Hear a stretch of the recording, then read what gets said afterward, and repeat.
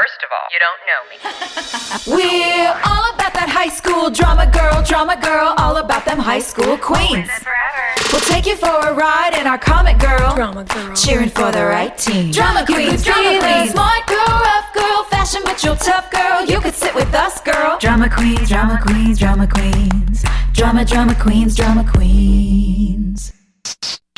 Well, hello, friends. We are back and post not one but two conventions. We're really feeling the giddy here. You've got us for season 7, episode 14, aptly titled Family Affair, which is really what our conventions feel like now. This aired originally January 25th, 2010, and today our special guest will read the synopsis for us. Austin, take it away. Here we go. The synopsis. Nathan tries to keep Haley calm after Taylor shows up at their house with Quinn's ex-husband in tow. Julian sticks up for Alex on the set of their movie, and Brooke leans on Alexander to ease her heartache.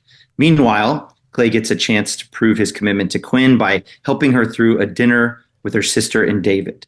This episode is directed by Paul Johansson, writers Mike Harrow and David Strauss. Woo! This was a good one. This was a really Can I jump in? Episode. Jump yes, in, buddy. Please. Good morning, whore. You can leave now. Start the episode. I just started laughing out loud. I was like, oh my God, this episode's going to be full on. Was this was this peak just what did I wrote some notes. Peak juicy One Tree Hill. It just seemed so juicy. Yeah. Or was it always in every episode? I don't think it was always this intense, but it really went for the jugular on the old school. It sort of made me flash back that morning scene. I was like, wow, we've really graduated from Brooke, Bevan, Danielle, or Rachel, and Peyton being like, slut, whore, bitch, thank you, in season 3 or whatever that was. I was like, oh, we're on Good Morning Whore. And then the response is nothing he hasn't seen before, reminding the audience that Taylor's the one who took Nathan's virginity. I was like, wow, we're really... Yeah. These girls are in the mud. It was really something. It was definitely gratuitous. And I immediately went was it sweeps week? What was the, it was just very juicy. Well, and in that same scene, Joy has the incredible line. Haley has the great line where she says, you like that outfit enough to get buried in it? Or do you want to go put something on? It's they set the tone in a very good way. You knew immediately after that first scene, okay, this is what we have in store for ourselves. Great. Mm-hmm. Yeah, you knew it was going to be knockdown, drag out through the whole episode, which becomes literal by the end. But what I sort of loved it because it made me giggle. We've all talked so much about how the on-screen drama is great, but there's also just the preposterousness of what happens when you trap a group of young people together for 10 years and everybody's dated everybody knows everybody's business. And I was like, wow, they're taking some of these people's lives and making it so extra and so ridiculous. It just made me giggle. I was like, I feel like I saw things in it this time around that I didn't see in real time then. And yeah, it felt very ballsy. 100%. I was, we're all older now. Years have gone by and you're, looking back at ourselves as kids doing this stuff and going, what's going on? I can't believe we were doing this. But, it's a young drama about young people. I love it. It's interesting to watch it with older eyes. Isn't it? What were some of the things that you noticed this time around, Soph? For me, it made me laugh because I think back to our lives in season 7 and they were very mellow. My early life on this show was not. And it was very funny to me to be like, oh, in a very similar way to the way I think Brooke and Julian sort of look on screen, almost like the mom and dad now. They have a little bit of drama, but it's gentle. I was like, wow, there's just shows happening and people had shows going on in their life. And it made me laugh because I was just so relieved that it wasn't me. And I just I don't know. There's a playfulness to all of it that is so ridiculous, but also kind of legit. And I think we've talked about this. I'm really trying to be careful because I don't want to be specific about anybody's lives, obviously. But like, there's times when our lives were mined for on-screen drama and times when on-screen drama was so ridiculous and unrealistic. And I can see all of that in this episode. Like, some of it's not based in any reality. Some of it's based in reality. Some of it's so extreme and ridiculous. And it just makes me giggle because, to Austin's point, like, it's been so long. We all laugh at each other. We've been a family now for almost 20 years. And I don't know. I was just very amused. It all felt very meta and it made me laugh a lot. Well, it made for good TV because this was a fun episode. It really was. It really was. And I also want to say, like, Sophia, what did you think about the pool, the girls all going in the pool at the end? Like, complete honesty. I think I actually made notes about this. Hold on, let me scroll down because I remembered, like, when the episode started, I was like, oh yeah, this is the one where they all fight and wind up in the pool. What I wish they'd done for the girls, because I actually thought you got this flashback, Haley and Taylor wrestling was really good because it was so childish. Yeah.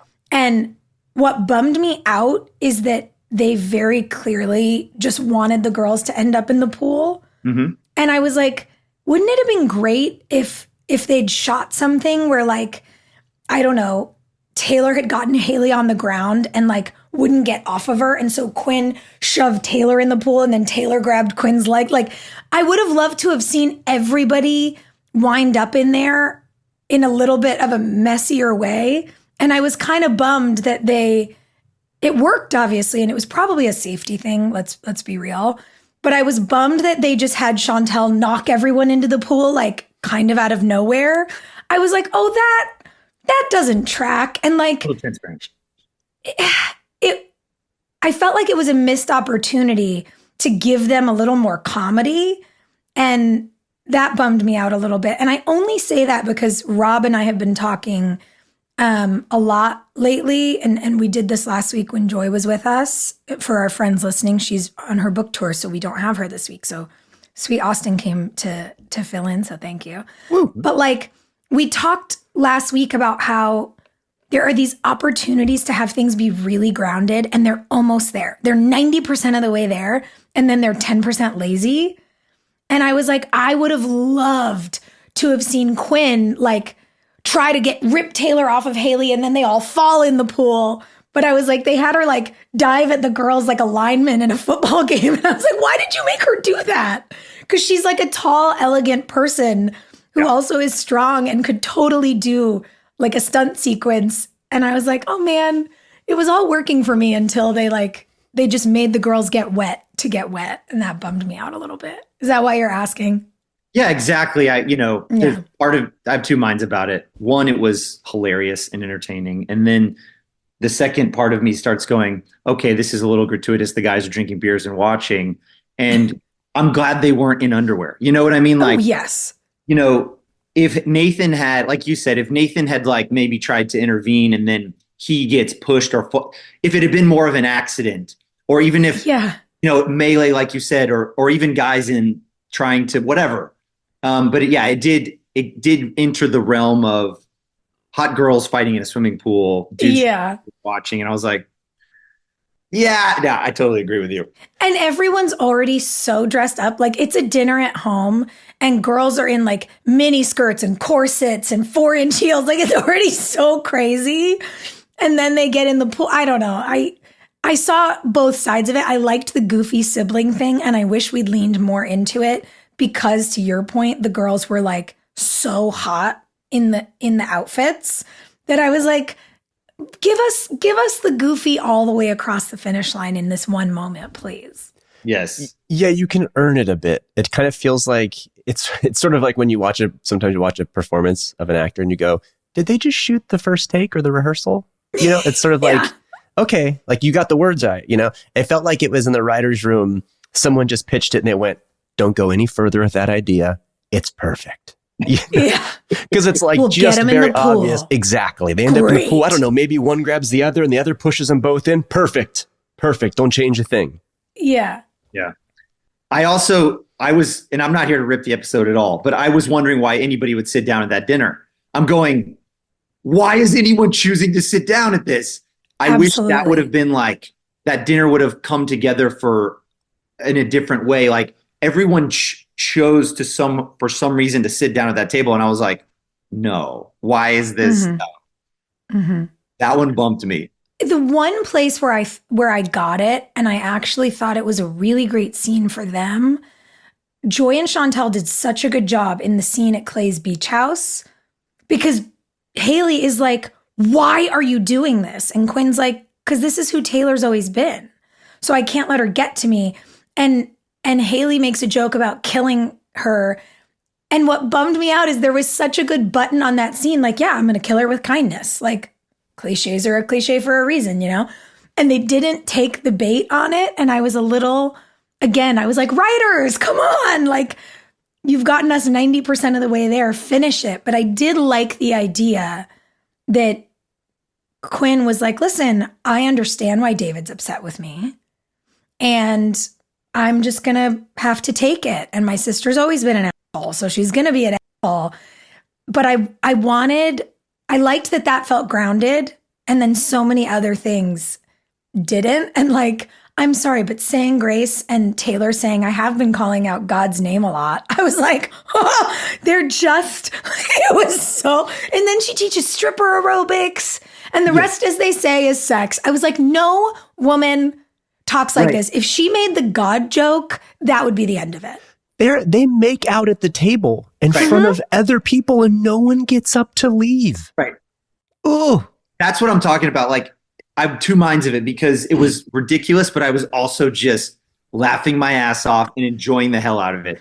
Yeah, that's something I've been sort of figuring out lately when I watch the episodes, right? Is because I think for a little while I was sort of getting into this groove of being critical and like, well, this, like I was sort of becoming the logic police. Yeah, you can't do that on a teen drama. That's exactly what I realized. Like, that's not what this show is. This isn't a docuseries. It's a fun show. And so like you, Austin, there was stuff like, listen, for Taylor and David to show up and spend the night, like they're sociopaths. Like there's so many issues, right? Yes. But I just had to go like, since that was the start of it, I had to just go, this is going to be a fun ride and I'm on it. You know, I'm not here to pick apart why that doesn't make sense. Like stuff's about to get real awkward and uncomfortable and I'm here to enjoy it. Yeah. Yes. And it's a TV show and it's a drama. Like we're here to, to put some fun juicy drama on the screen for the audience. But I will say that it did make David just like any credibility or sympathy he had earned with the audience is out the window. Yeah. So you can rightfully be heartbroken if you've come to a point where the person you love looks at you and says, I just can't do this anymore. Like, we get it. We get it. That's hard. He got left. That's hard. Your response to getting left is to bone her sister?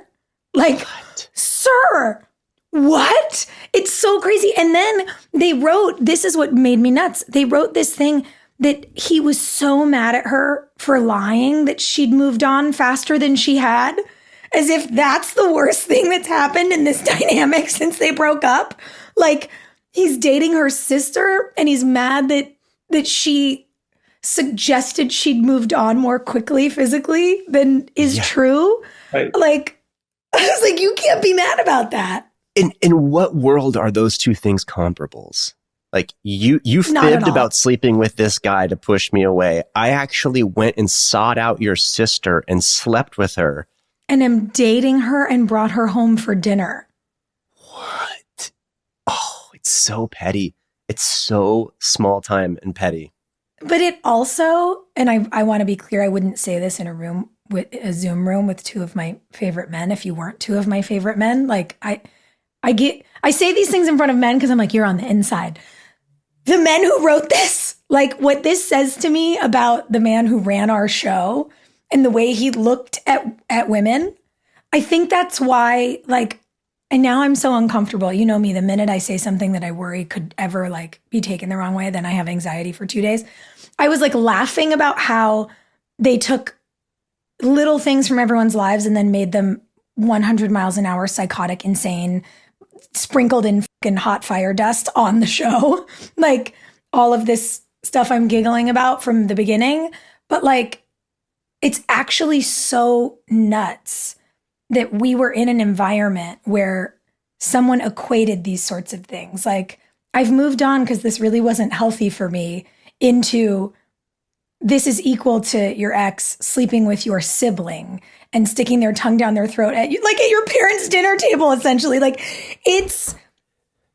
I just go like, wow, that's the way you think about women and their autonomy and they're not liking you even. This is nuts. Right.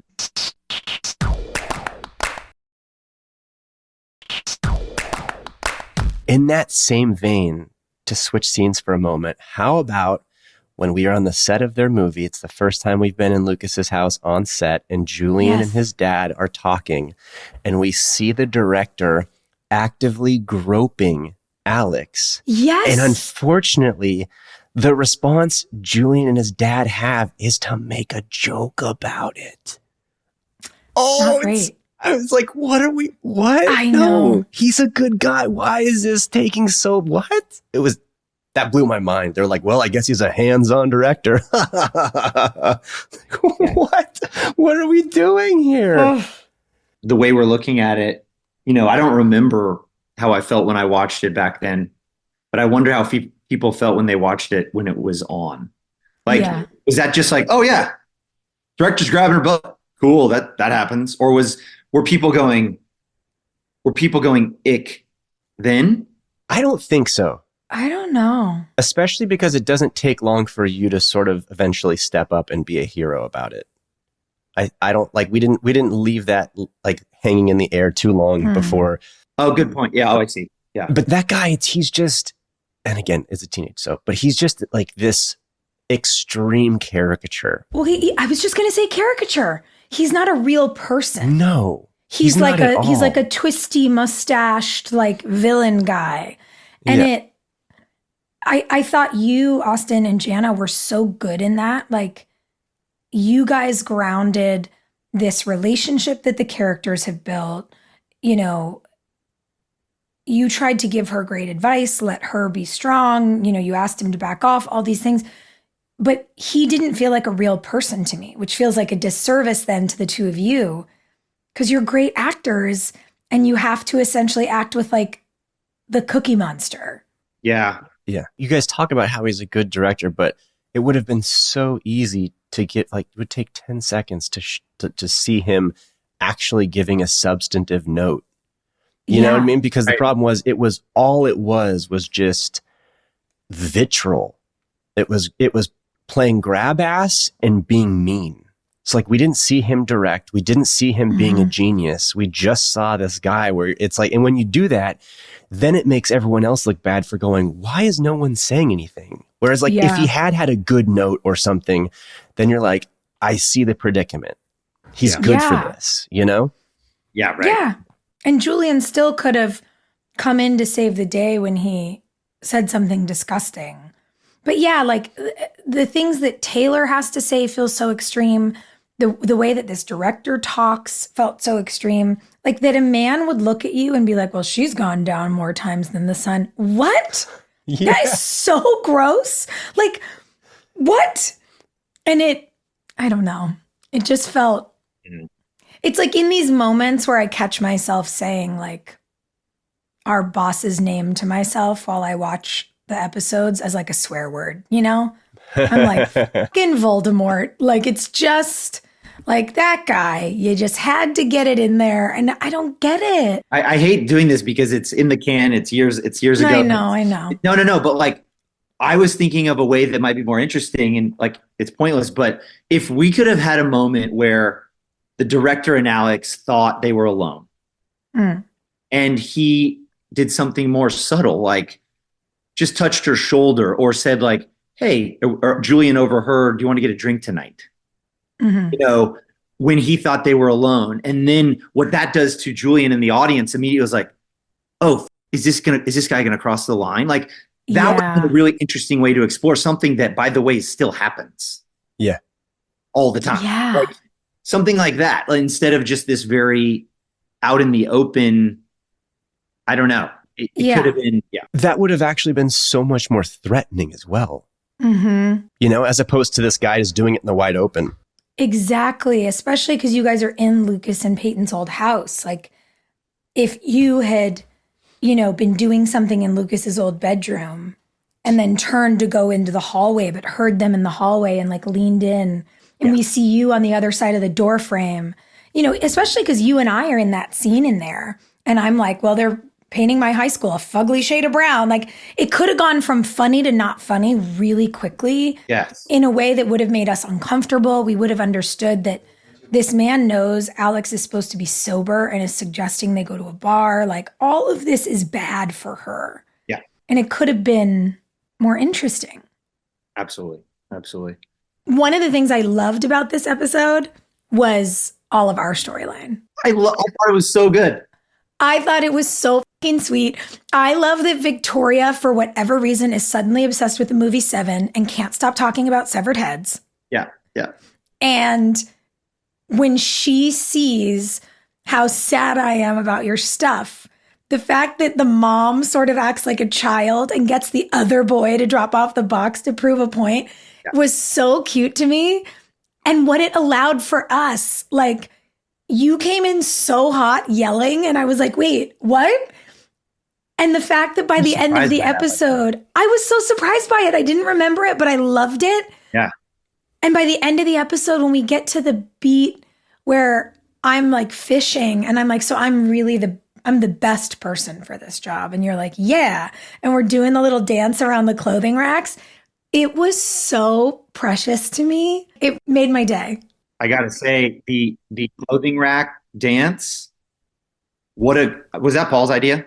I don't remember. I just remember, I just watched it this morning and I was like, this could have been a B+ scene and took it to an A.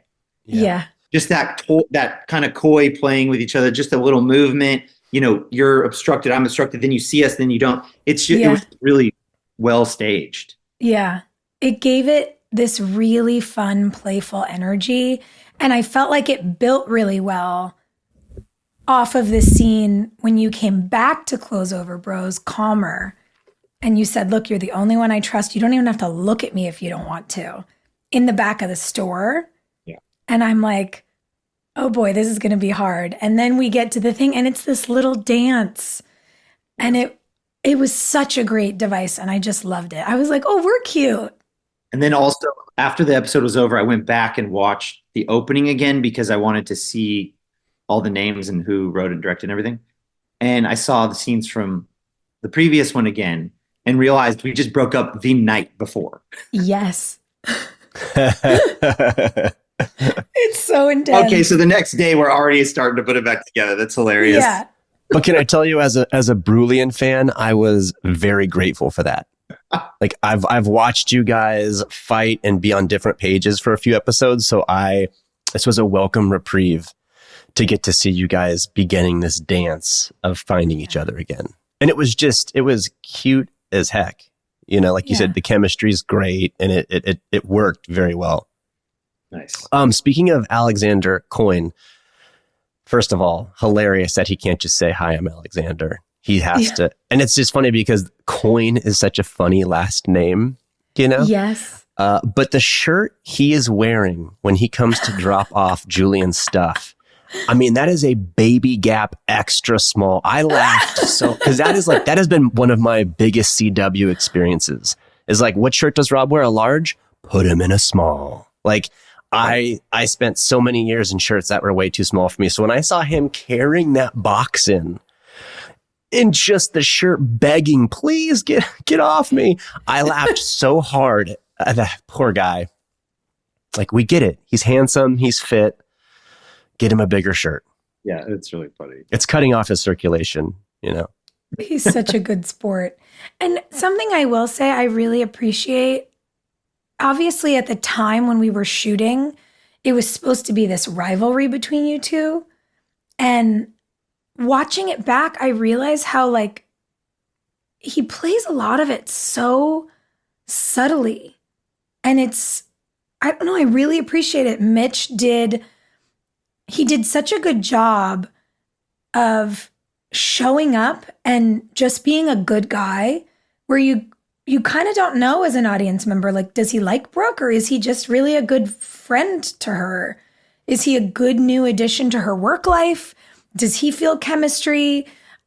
I don't see it as being as overt as it felt then because, you know, my job as an actor then was to be in between these two and to be like, no, I don't have feelings for this person, Julian, I have feelings for you. But I think maybe because it was supposed to feel dramatic, it felt more heightened then.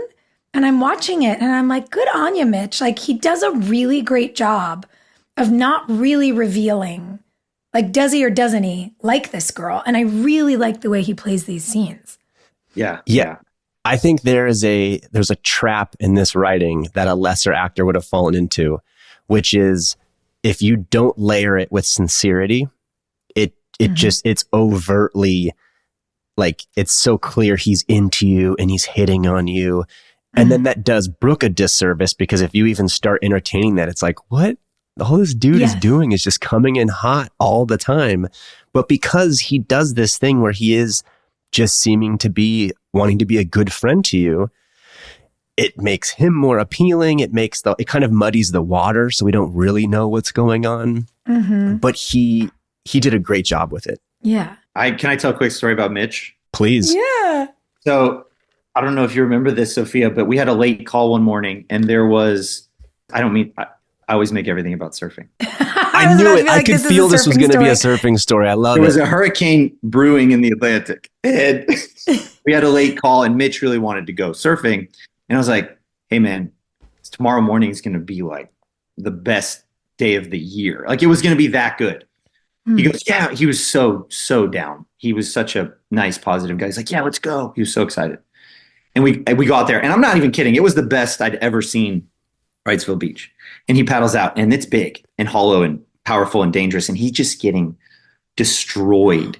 No. So much so that there was points where I was like, Mitch, are you okay? And he'd paddle back out. I'd be, Mitch, you all right? And he'd be like, yeah, man, that was awesome.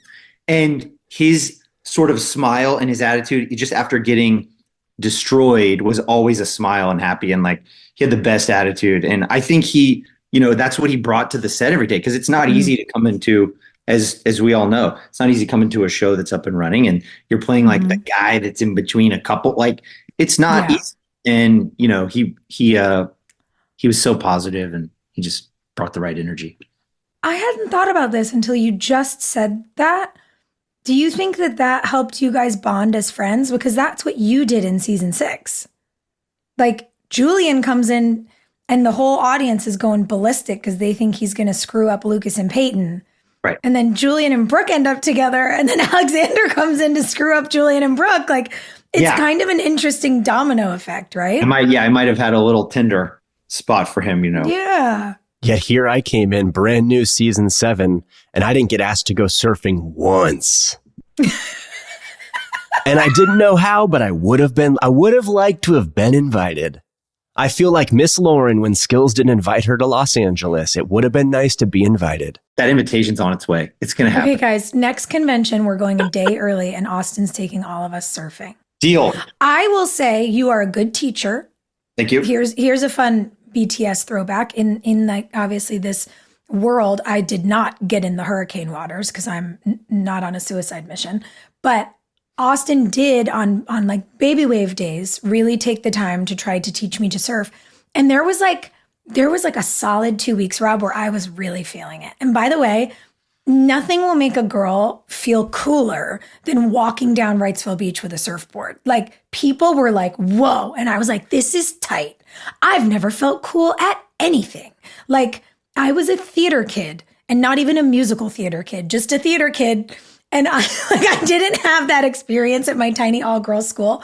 So I was really having the like Blue Crush fantasy life of my dreams for these couple of weeks. And there was a day where I was really feeling confident and the waves were probably like 3 feet big instead of 2 feet big, like nothing to write home about. And I had a tumble and the board, I don't know if you remember this, the board came out of the water at me so fast. I like tried to get out of the way. Thank God it didn't break my face. because Warner Brothers probably would have sued me. No more One Tree Hill. It hit me in the leg so hard, like the upper left part of my thigh, that it left a dent. Yes. And it took 5 years for that dent to fully go away. Oh my God, really? It went away like mostly after 2. And then I just had this weird, I can't explain it. It was it was a dent in my leg. And for years I was like, if I ever get overly confident that I can do some stupid shit, all I have to do is look at my leg and be like, remember that time I almost killed myself surfing with Austin? And it wasn't even like a good day.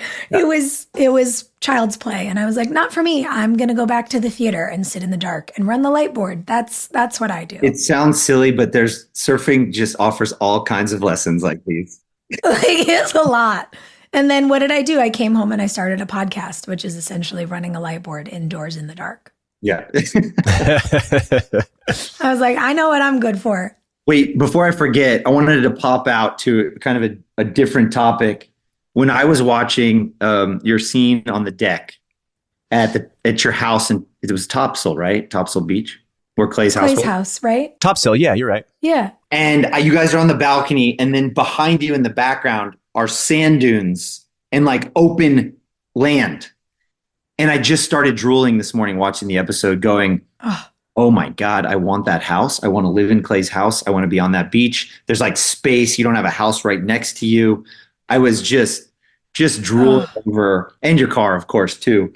But I just was overwhelmed. And because we were just there in Wilmington, and just sort of, I'm so in love with the beauty of that place and so special. That ocean. And anyway, your house, Clay's house, just got me all excited again. Anyway, that house was beautiful. The only problem with that house was it was 45 minutes away. Yeah. So was mine. Really? The Brooks house, that she originally like buys and her and Peyton live in.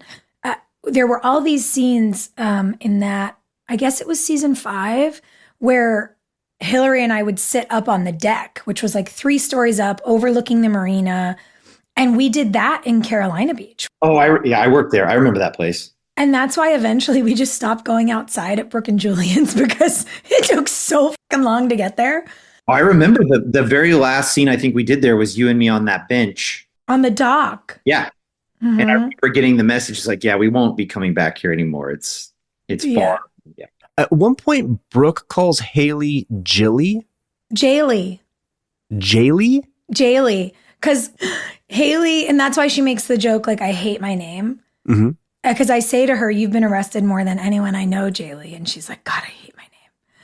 Because we got arrested in high school for stealing back all my original Clothes Over Bros designs that were taken by a store with no credit. Haley got arrested. Oh, I don't remember. I think she says in the episode, it's like, it'll be my 4th time going to jail. 5th? 4th? And it's very, very good.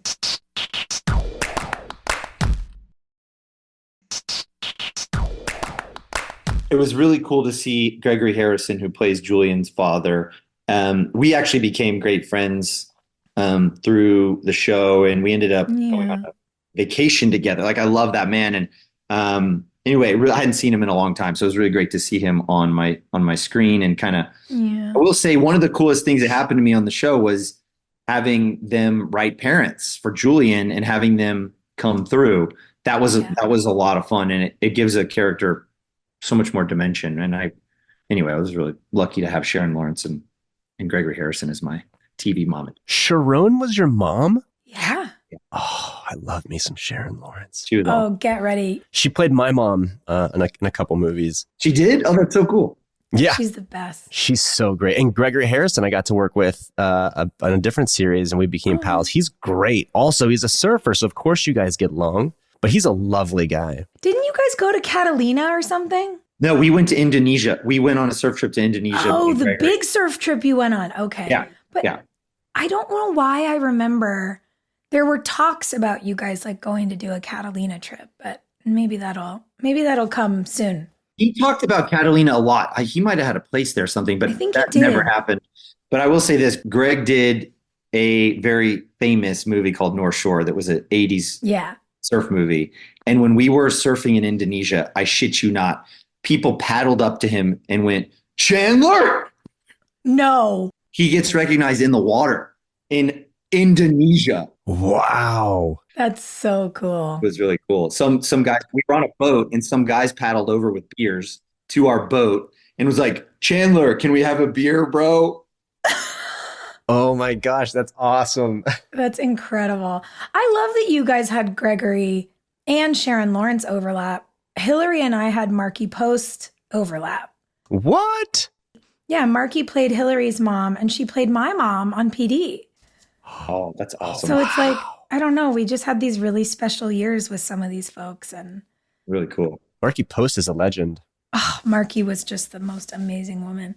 I know you guys all got asked, obviously, I got all the video updates. You got asked about like where things stand with this potential revisit.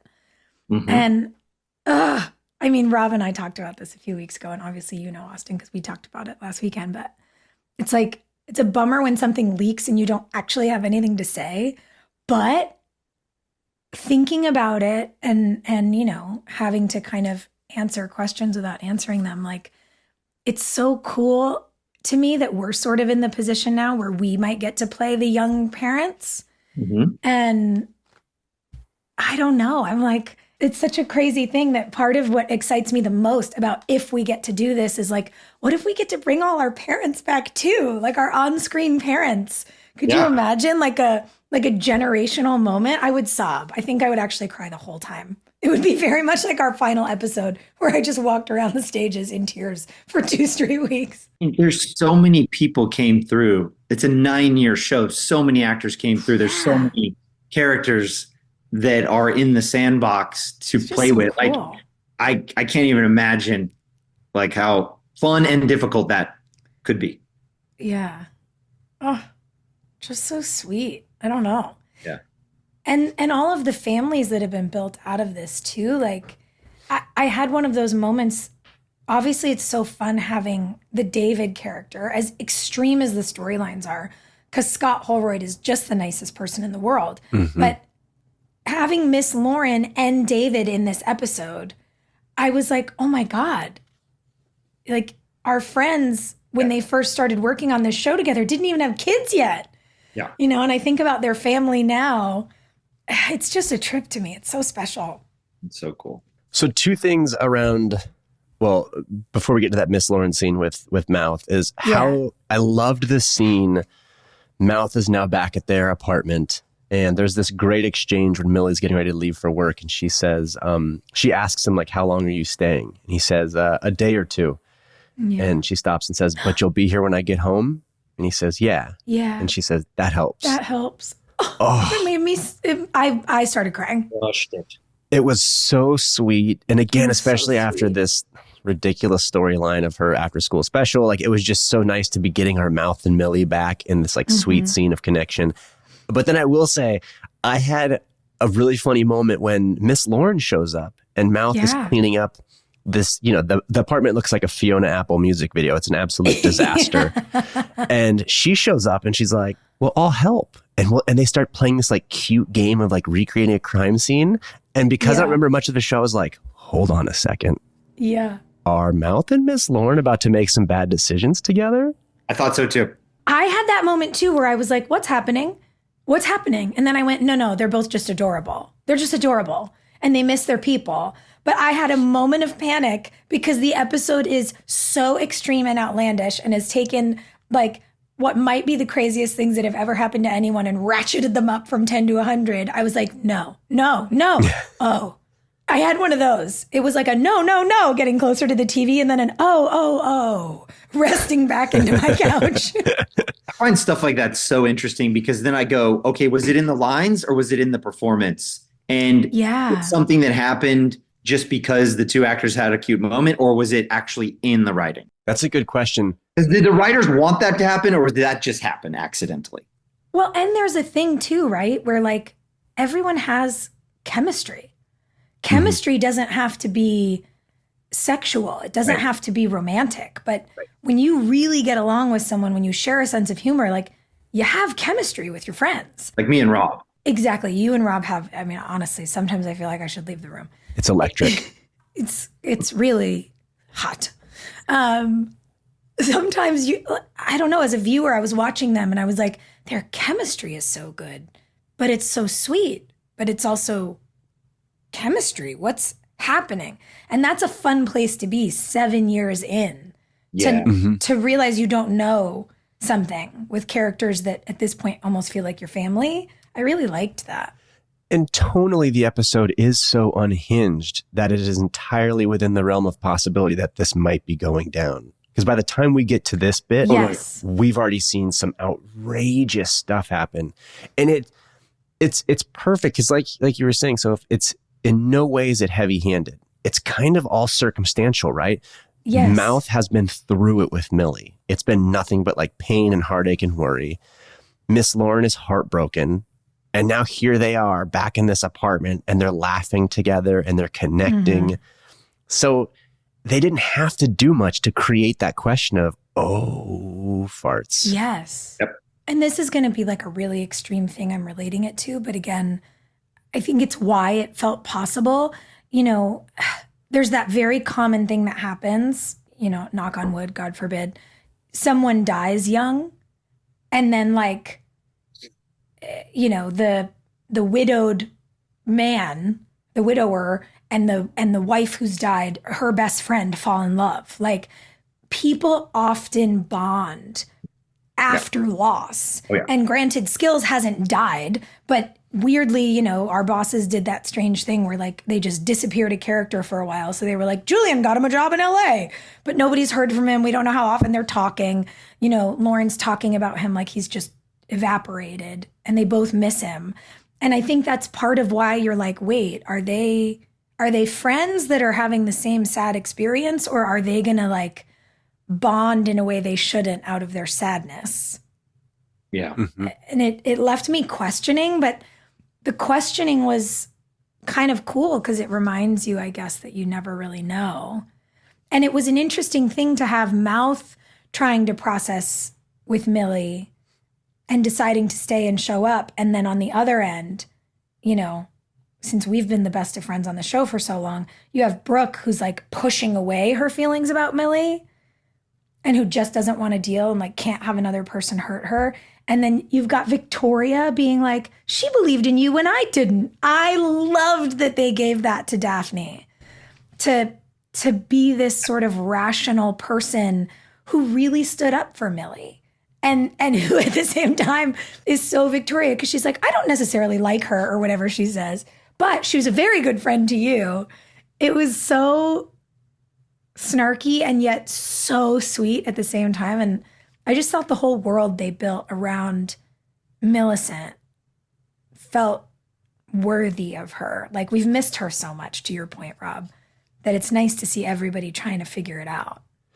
And speaking of Victoria, Daphne makes this incredible choice at the top of one of these scenes where I think it's in Clothes Over Bros and maybe Brooke is showing up, either Brooke or Millie, where there's no dialogue, but she's making the choice to be looking at her reflection and she's pulling back her skin as if to see what a facelift would look like on her. Yeah. And that killed me because you know that's not in the script. That's just an actor who's good, knowing like, okay, here's how I can fill up some time. This is what this character would be doing. But it got such for me, it got such a good laugh that I don't think was on the page, you know? Yeah. It was great. And also shows that a little vulnerability and really great. Which tracks with what we're seeing her do lately, you know? And one of the things I loved about it too is Daphne is she's so in her body. She's a meditator. She's like a brilliant mind. She's, you know, incredibly healthy. Like she takes beautiful care of herself and also has never been a woman who messes with her face. And that she was so willing to be like, well, since my face actually moves, I can pull it around and do something with it. Like absolute freedom in herself. And you don't see that a lot. And I remember at the time her being like, oh, come on, it's hilarious. And now it's like even cooler to me than it was then. Yeah, for sure. Can I say something about, before Please. we move on from that though, like Yeah. the Millie, Brooke, and Victoria dynamic? I really love, and I just caught a note. And I get why I didn't, because it has to be a little hard one. But Victoria's really encouraging Brooke to stand up for Millicent and to be her friend and to show up for her. And the only way Brooke really knows how, in her own sadness, when she sees that Millie's also so sad, is to say, hey, will you help me with this? And they start working on that jacket together. You know, they're each taking a lapel and doing the work. And they have this nice moment of like, okay, this is a first step. But sweet Lisa is so, I mean, she's just so vulnerable and obviously crushed. And it kills me that when she's like through her tears says thanks as she's pinning, I don't just hug her. And I wrote it down. I was like, I wish I had hugged her. I know it required baby steps. But for me, it hurts me that I didn't get to hug her in that moment. And I'm sure it was Paul being a smart director and saying, no, it's too much too soon. Yeah. But, she's just so vulnerable in it. I always find that so interesting. The sort of intersection or the push and pull of the actor's instinct and then also not being right for story. Yes. That happens to me all the time where I have an instinct and it's not right for the movie or the show. It's like, no, that happened. That's going to be later. Yes. Like you got to wait and you're like, no, my heart, it hurts. It's like the camping trip when Nathan is just an absolute tool to Julian the entire time. You know, it's that kind of thing where I think the rational James would probably say like, hey, I feel like I'm coming off a little bit dickish. Yeah. And they're like, that's the point. But it's like, yeah, but we got to get to the end where there's this nice turn, you know? Mm-hmm. Right. Mm-hmm. Yeah. So what did you think of the whole Kylie swimming in Clay's pool? What? Did that ever happen before, or was that the only time that happened? It's happened before, but not since Quinn. Right. And so the fact that Kylie just comes back out of nowhere, it didn't feel super motivated. And also we were out of the scene before Clay could say anything or do anything. It was just scene over. And it's like, what happened? What was the conversation after this happened? Exactly. Well, the whole thing is like she's the booty call. We've established that, you know, like it was just the fling when Clay was still trying to numb out, you know? Yeah. And so to me, though, to have her just show up for a swim and be leaving, to me, it's like she's not even there to hook up. She just needed a pool to swim in. Like it's so strange. It's very strange. And again, it feels like they had an idea that they didn't take across the finish line, because the whole reason it happens is so that by the time you guys get home from this shit show of a dinner, Clay can say, I changed the locks for you, and now you're the only woman with a key to my house. And then my reaction wasn't, oh, how sweet. I was like, Kylie had keys? Yeah. Like, what? I was like, wait, Clay's just been giving keys to random chicks? Like, Oh my God. what? It feels like they had the kernel of an idea and then they sent the script out and forgot to finish those scenes. Oh my God. Yeah. And then, you know, and we'll see in the next episode, there's poor Sasha. She was a good sport, you know, but her unofficial uniform in this show was just a bikini. But yeah, I just thought it was so odd that it's like she wasn't even like swimming sexy or like took her top off to get Clay's attention. She just didn't even knock. She was like, I'm just going to show up and swim in his pool. Yeah, she was like doing laps to get her cardio in. Exactly. What? Go to the Y. What are you doing? It's so weird. Hilarious. Yeah. Okay. I think this episode is like an extreme seesaw. It's very up and down, but all around pretty fun. Oh, yeah. What do you guys think? What are your honorable mentions for this? I will say there was a line from this episode that I remembered to this day, which is when Nathan is shooting his mocap for the video game. Oh, yeah. And he walks over and I say, you look good covered in balls. That was uncomfortable. And then he says, now I know how Taylor feels. Oh. It's like, whoa. Mine's kind of The weird. Charlie XCX The song. XX song. Yes. That song is so good and so sexy. And I was like, oh my God, that must have been a fortune, because that's what I'm dealing with. And I just thought it was so cool that we had that song in the episode. I was Yeah. stoked. It's so good. I wrote that down too. I was like, that we had 2 songs from the XX and we had Tegan and Sarah. I was like, God, we were in such good flow. I want to give an honorable mention because it was the perfect button on the whole episode. The scene where Nathan and Haley are getting in bed and he just starts to laugh and she goes, what? And through laughter, he goes, your family's crazy.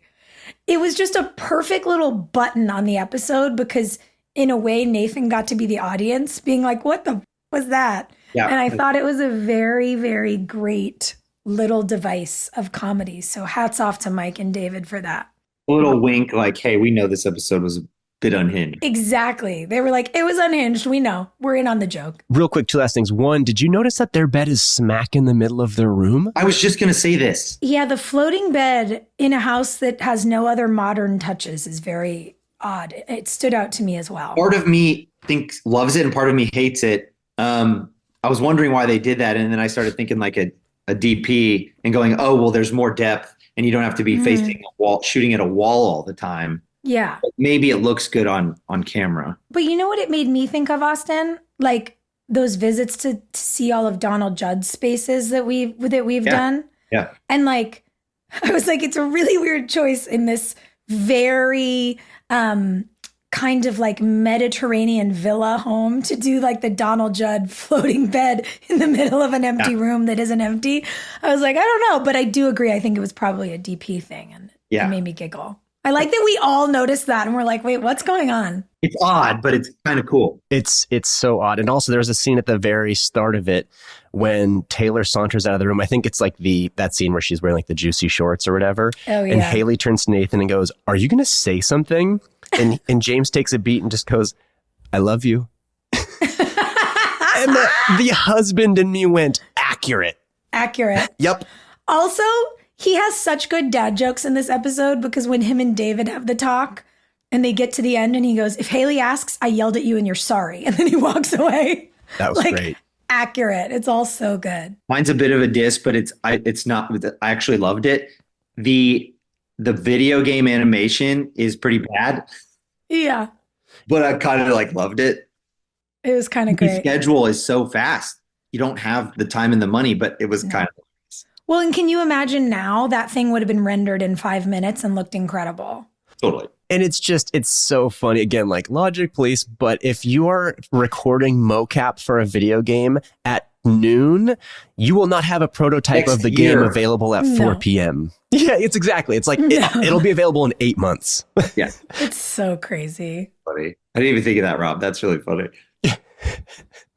The game will be out next year, but here's a DVD of it for you Right. today, kid. So weird. But that scene also lent itself to Nathan being able to tell Chuck to suck it, which was funny. Yeah. Like, nothing like a grown man burning an 8-year-old, you know? Yeah. The absolute payoff.